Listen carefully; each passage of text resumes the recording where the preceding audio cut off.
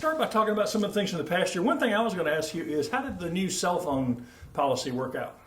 Really, for us, it wasn't a very big issue. We have really compliant students, parents, and families were supportive. I think everybody agrees that cell phones are a distraction for students. So getting that support from the state really helped us be able to enforce some common sense policies and rules. And I think you can see in some of our classes that are more online based, you can see a lot more productivity from the students. They're more focused on what their instruction rather than looking down at this all the time. So it was great. So it accomplished what you kind of hoped it would? Yeah, yes, sir. It was really good. We talked about some things last year about this time, and you were coming into the past school year. Did you feel like y'all accomplished most of what y'all hoped to accomplish this year? I think we had a really good year. Obviously, I was following in some big shoes with Mr. Benneker retiring, but we've got great people in Anderson 1. Our students accomplished a lot of great things. We had obviously some of the test scores aren't public yet, but we feel like students showed a lot of gains. Graduation rate was really high once again. We had some successful extracurriculars with Powdersville High School. They won a state championship in volleyball. They won a state championship in boys soccer. Our ROTC programs, very successful. A lot of students in leadership opportunities in state and national organizations. So we were really pleased. How many students y'all pick up this year? Do you know yet? Right now, we're estimating to be a little over 11,000 students. So I think we'll know our final enrollment. But over the past year, some of the construction projects haven't increased as quickly as we thought. So our enrollment's grown just a little bit, not as quickly as we were anticipating. How many students y'all have? Right around 11,000, probably be a little higher than that. We're seeing a lot of growth in the Wren area and the Powdersville area. Our boards did a great job with Mr. Benneker, planning ahead, building Oak Hill Elementary School, which a year from now we'll be talking about getting that thing opened up. Yeah, I want to talk to you about that in a minute. Nobody could have predicted the kind of growth, though, that y'all are seeing here. What can y'all do to try to mitigate some of this and not having enough funding to? Because I think y'all still have the lowest per pupil expenditure. We do. And that's not by choice. Correct. Yeah, Act 388 tightens our purse strings quite a bit in Anderson 1, and a lot of people that hear me talk about our budget hear me talk about how we're one of the lowest funded per pupil districts in the state. In the upstate, we are the lowest funded per pupil. We try to be really good stewards of our money. We try to be really good stewards of the millage that our taxpayers pay. The 87% it goes directly to the classroom through teacher salaries and support salaries. So we really try to be important on that. But having facilities is a big deal. Having classrooms is something that's always a challenge. So in the Powdersville area, we were able to use some funds to do some additions at Powdersville Middle, Powdersville High School, and then using some of the local option sales tax, build the new elementary school for about $40 million. And we're real proud of that because we didn't have to go to the taxpayers for a bond referendum. But we're also fixing up concrete primary, which will become concrete elementary when we open up the new school. But as you know, recently there's been some more developments in the Wren area that really are going to put a strain on the timeline of being able to accommodate the anticipated growth from that. When you're building 1,000 new homes, right. I know that there's been a narrative out there that it's going to be for a certain demographic, or that the developers were trying to partner with the district. But I think we know the types of families that move to Anderson 1 when there's properties available, and they move to Anderson 1 because of the school system. And even if you're working with the county to to build a school, you still have to have $30 or $40 million on hand to build a school, and we just don't have that and right the land now. too. They haven't the offered land. you any land for free, have they? No, as was communicated at the Planning Commission, they were going to sell it to us. They set some land aside, but there's still the cost of that, and we don't have extra money laying around right now. We would have to go to our taxpayers or work with the board to do that, and there's a process for that, and so. That would take, 5 years at least, probably? I would think so. It would be a process. Even if we would have to get feedback from the community to see if that's something even the community is interested in. Our community is very supportive, but we're not going to do anything without getting feedback from the community about next steps on any kind of big construction project, and definitely our board needs to be really involved in making those decisions. But as you were saying, in the meantime, so far y'all been able to keep test scores up and things are going well there? Really proud of the way that we've continued to be able to keep our test scores. We're very competitive with some of the highest performing districts in the state, very competitive with some of the highest performing districts in the upstate. Really proud of all the school districts in Anderson County. It's been great support working with the other five superintendents that we've got a good partnership right now, and it's great working with those individuals to make sure that Anderson County as a whole, all of our students are getting the best product that we can offer. And that brings me back to what you mentioned earlier. You've got a new elementary school that's in construction, be open not this school year, but the following school year. Correct. Tell me a little bit more about that school. So Oak Hill Elementary will be opening next summer. Miss Brenna Horn has been named the principal of Oak Hill. So throughout this school year, she'll be serving as an assistant principal at Concrete Primary. But as we get closer to opening up the new school, she'll be taking on a lot of that process. But the unique thing about the Powdersville community is Concrete Primary has served grades kindergarten through second grade. Powdersville Elementary has served grades 3 through 5. Well, when Oak Hill opens up, we're going to have 3 elementary schools, kindergarten through 5th grade. So yes, Oak Hill Elementary School is going to be in a brand new building, but we're going to have 3 brand new schools. Powdersville Elementary will have kindergarten through 5th grade. Concrete will end up having kindergarten through 5th grade. And again, this is next summer. I don't want anybody to see this and think that things are shifting around now. This is next summer. But we've got over the next few weeks, we'll be finalizing attendance lines so families can know where their kids are going to be zoned for.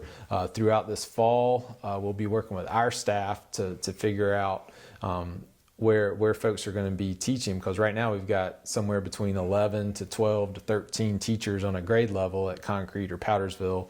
Well, unfortunately or fortunately, we're going to be splitting up those staffs between the 3 schools. So that's a process.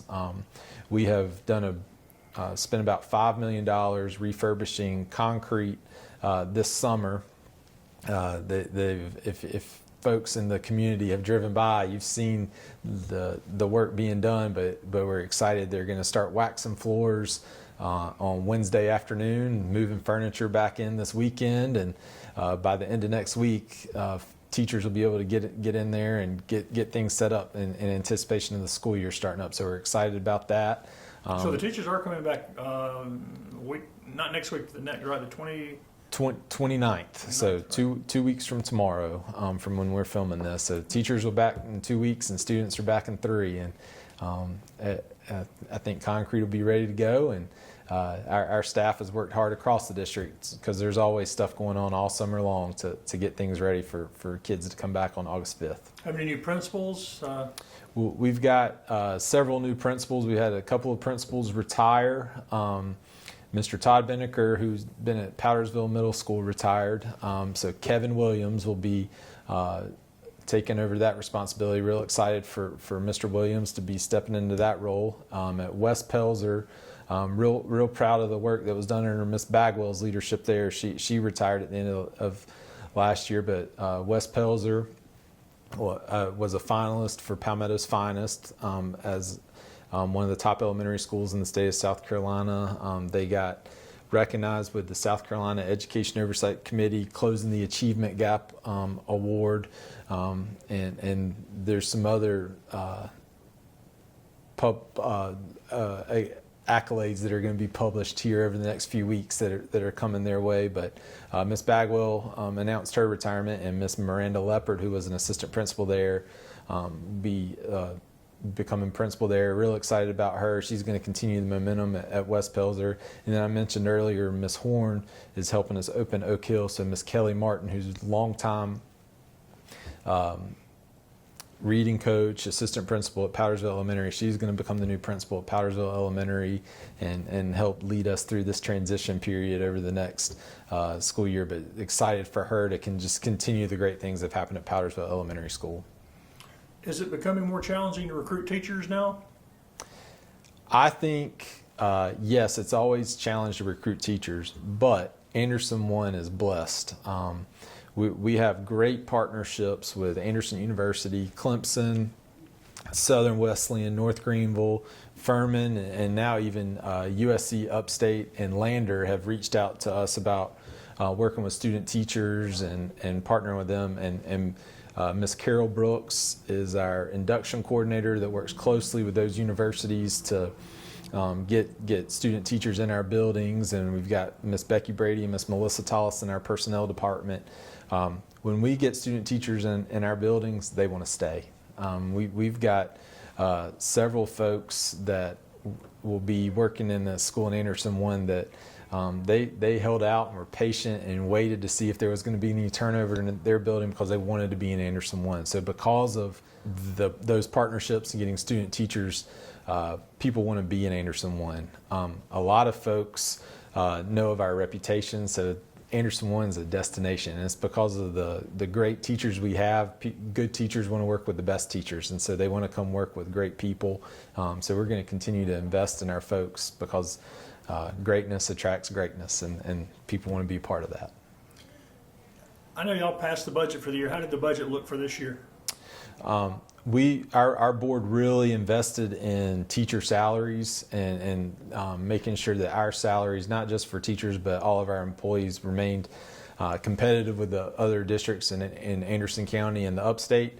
So we're real excited that first-year teacher in Anderson One is going to be making $51,500. That's up almost $4,000 from where they were last year. So that was exciting. Our all-in budget's around $120 million, which is a lot. But like I said, all that's going to salaries and benefits. And so really appreciate our board being so supportive of our employees. Are the potential cuts from the national level going to hurt you guys? Or do you know yet? Or? I don't think we really can say how that's going to impact us. The state's told everybody to hold on to their money, hasn't it? They have, and so, as you know, Anderson One, we're pretty conservative with our budgeting, so we've tried to hold on tight to any of that, so that we don't anticipate any budget cuts with staff or anything like that as a result of that. But we're paying close attention to all those projections to see how that's going to impact us down the road. Do y'all do free lunch for everybody, or? Because of the poverty level in our district, all of our schools do not qualify for that program. We do have some of our schools that get free lunch through that CEP program, but any student that's in any kind of need or anything like that, our schools work closely to make sure that they get free and reduced lunch if they qualify for it. What are the main objectives you and the board have identified for the coming school year? So we're still getting in our data. We still haven't gotten all of our test data back from the State Department yet. But obviously one of the big things across the state, not just in Anderson One, is making sure that our math achievement continues to increase. We're going to really focus on that. I was actually in a meeting this morning talking about a game plan for making sure that we tackle math with the same intensity and urgency that we have with reading. We're going to continue to make sure that we are being innovative in all of our offerings for upper level dual credit and AP classes at the high school level. What options are out there? How do we look ahead to see how do we keep our students competitive for college applications, college insurance. Want to make sure that our highest performing students are getting into the schools of their choice, ready, college and career ready. We're going to continue partnering with our Career Center. Ms. Harrell and her team do a phenomenal job partnering with Tri-County and other organizations to get our students college credits for certification programs so that they can graduate high school ready to be successful. Our fine arts programs are going to continue to be successful. Powdersville High School's chorus program got the highest honor that a choral program in South Carolina can get.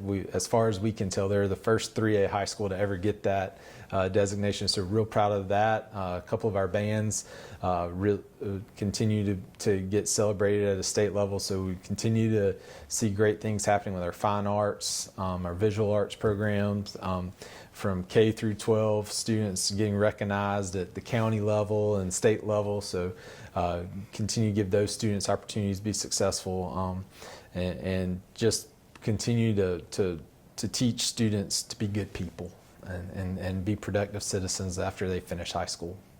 And I know y'all got a lot of schools. How are the athletics looking for the year ahead? I mean, you got any growth, any new sports, any? No new sports this year, but our athletic teams is great. I love in the summer when you get up early, you see the football team out training, marching bands out practicing early in the morning too, getting ready for the season. You see folks doing conditioning for cross country and volleyball, and there's just an energy around the school system in the summer. But real excited. I think Coach Norton and the football program here at down here. I'm out here because right out my window I see Palmetto, but Palmetto High School, they've got more student athletes out there than they've had in the last few years. A lot of energy going in the right direction as we head off to fall. Wren and Powdersville have had great summers with that. Powdersville's building on their momentum from another state championship in volleyball. Our cheer programs, really looking forward to some successful seasons. I hear that at least one or two schools are going to be competing for a state championship there. We've got a couple of new basketball coaches. Fran Campbell, who's been at Wren High School since the 80s, announced his retirement. So new coach there that was one of Coach Campbell's former players and assistant coach on his staff. He'd been over at Easley for the last couple of years, but excited to see him just continue that tradition at Wren. And then Coach Hallman stepping in at Powdersville this fall. Excited to see that. And then just continue to see the wrestling program at Palmetto do great things. Last year, West Oak is probably their biggest rival, and Palmetto was so close to beating them, so maybe this will be the year that somebody can dethrone them, and why can't it be the Palmetto Mustangs? So looking forward to that. But just a lot of momentum of greatness across the board in all three of the athletic programs. We're getting ready for a new year. At the end of this 25-26 school year, when we meet next summer, what do you hope you'll be able to tell me you're most proud of? Whew, that's a hard question. I'm most proud of just the reputation of our schools in the community. And I don't know if I'm using the right words there, but I literally just got off the phone with a graduate from one of our high schools who now lives in Atlanta, who was telling me that he told his wife that when their 3-month-old is 5, they want to move back to the upstate of South Carolina because there's just something special about Anderson 1, and he wanted his wife and his kids to be in the Anderson 1 schools. And that sums it up. There's just something about our community. We've got each other's back. We had a couple of tough situations with a student that was in a terrible car accident in the fall and had just some life-altering injuries. But you see the way our community has come alongside that family and just supports Isaac and the Wigington family, and just that's why you want to live here.